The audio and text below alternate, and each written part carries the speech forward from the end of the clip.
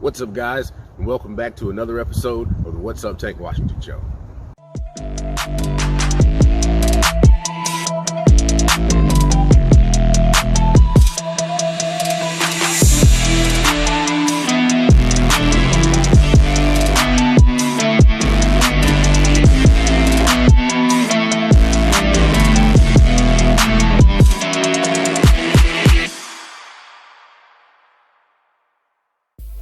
What's up, guys, and welcome back to the channel. Getting right into it. What you see here on the table is an Aero precision build, 20-inch 2-3 wylde that I did in the late part of 2018, early part of 2019, that I had intentions of turning into a competition build, but I never actually got to use it because it got seized by the sheriff. Little backstory on that. There was an incident that happened at my house involving a friend of the family. I'm not 100% clear on all of the details, but I'm just going to say that the young man had a bit of a mental meltdown because he vandalized my place pretty good. While he was having his episode, I was called at work and I rushed home. Police had already been called out, so when I got here, my yard was full of sheriff deputies. And crazy part about it is I'm from a small town, small county. I didn't even know we had a SWAT team, but I got there just as SWAT was suiting up to go in. So catching up with the folks that were at my house, finding out what was going on and where he was in the house. When they told me, I realized that the room that he was in, this rifle was in the closet. So I made it my business to quickly get a hold of the commanding officer and inform them that the rifle was indeed in a closet in the room and that there was no ammunition near it. I keep all of my ammunition locked up separately from my rifles, and the only reason that this rifle was in a closet was because it wasn't enough room in my safe when I bought it. So I just stored it in the closet for the time being. So ultimately, they came in. They got him, took him away, and then they also took my rifle. Still wasn't 100% sure why, but they did. So another thing, that when he was vandalizing my place, he broke several windows and he cut himself pretty bad. So there was blood all over my porch, blood throughout my house, and yes, he did barricade himself in the closet where this rifle was, and as you can see, he bled pretty much on my rifle. Now, later on, when I had a chance to talk to the young man, he explained a bit of the situation to me. And he said that, when he grabbed my rifle, he didn't have any intentions of using it. He said he saw it as a tool to break his phone. So it seemed like it took forever and a year for them to actually get him to trial. At one point, they told me that he had gone to trial, but I think that was just maybe a bond hearing. But I had heard nothing as far as getting my gun back. So after nearly 3 years of fighting, calling back and forth with the sheriff's office and the solicitor, finally got my gun back, and today we are going to clean it up. So we're going to start off by tearing it down and disassembling it, and then we'll get to the cleaning.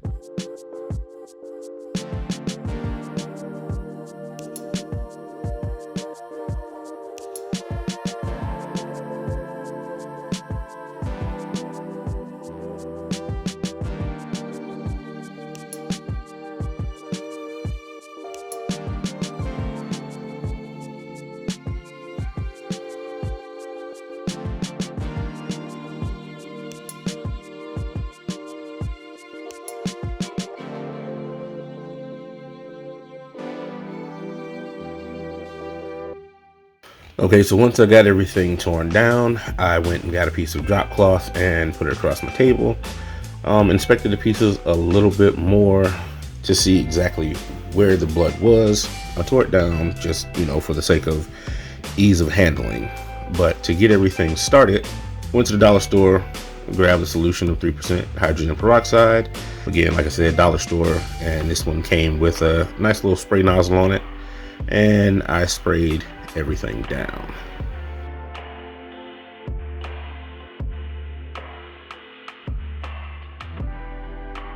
You'll notice as I'm spraying, there are certain sections of the pieces that are turning white. Those are the areas where the peroxide is reacting with the blood. Now again, this blood is nearly 3 years old, but as you can see, still very reactive.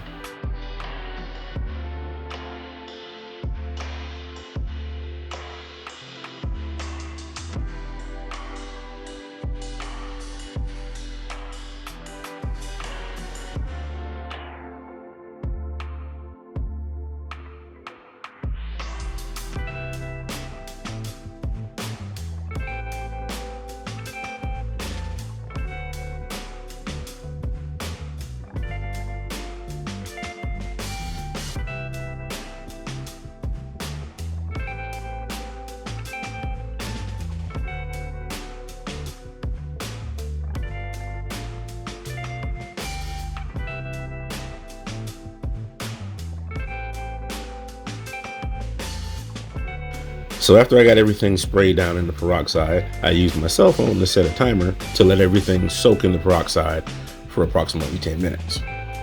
Now, even sped up, this particular part of filming seemed like it took a very long time to play back, so I cut out a section of it to speed up time a little bit more.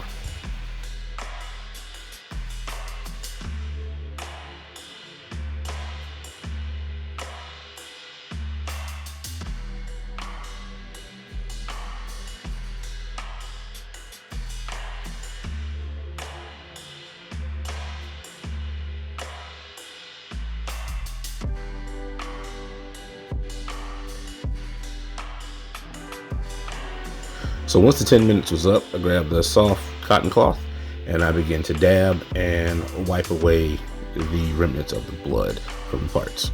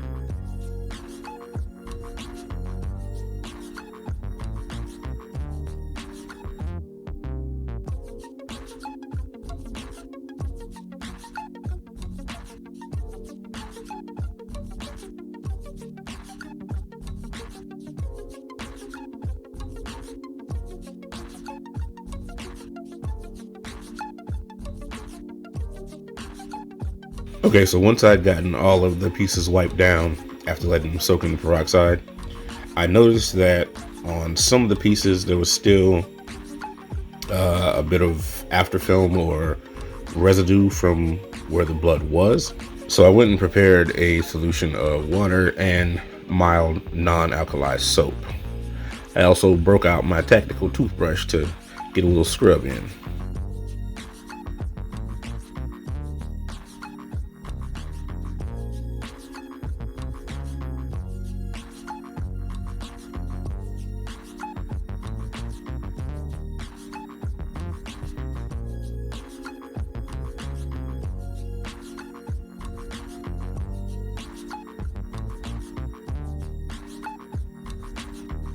You'll notice that as I'm scrubbing everything with the toothbrush, intermittently I'll wipe it down with the other cloth that's on the table. One corner of that cloth was wet as to aid in removing the soap, and the other was dry to finish the drying process.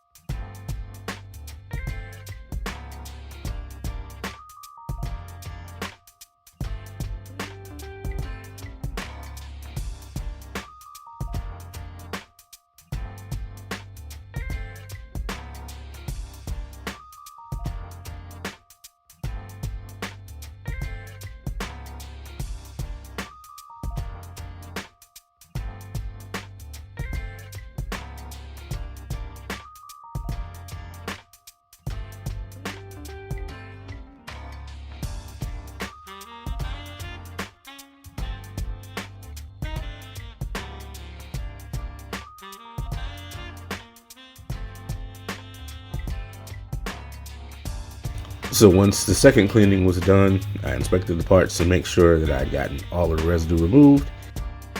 And now we're going to put everything back together.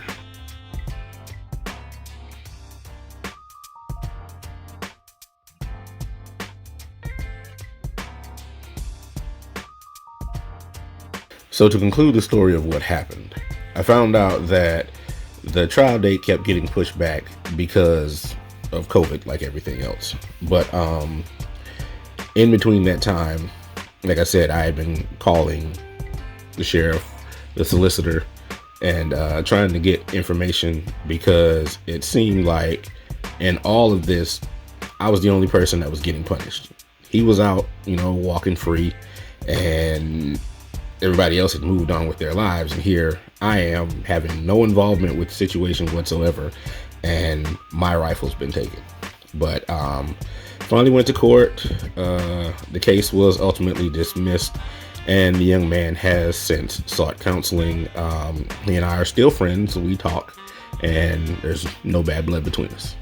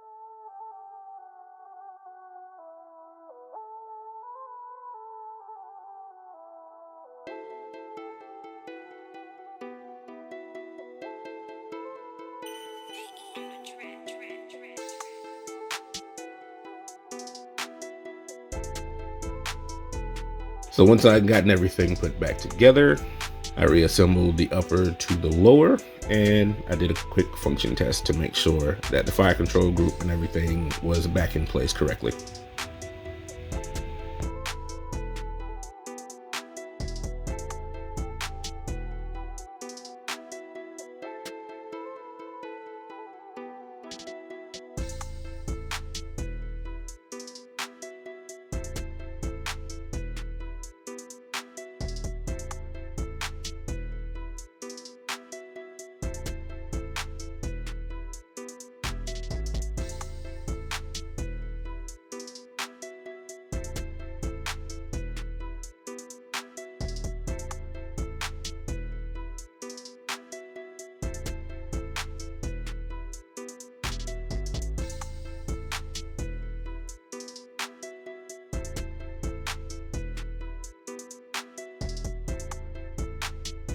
So if you remember from my Arc and Optics EP5 unboxing video, I showed where I had purchased their rigid precision one-piece cantilever Picatinny mount, and I'm going to put that mount on this rifle.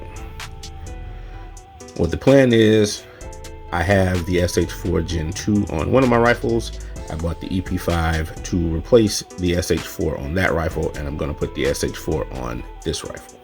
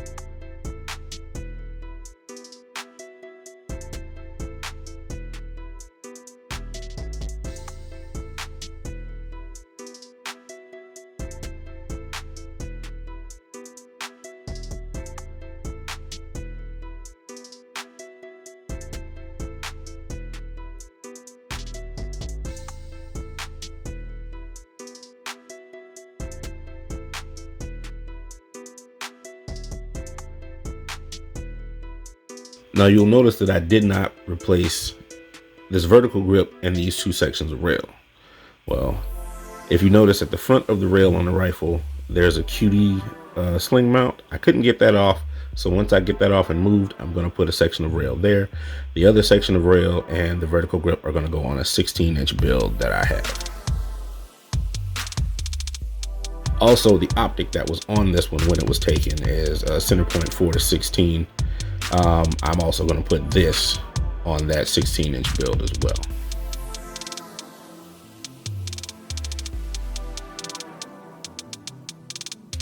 And we're all done.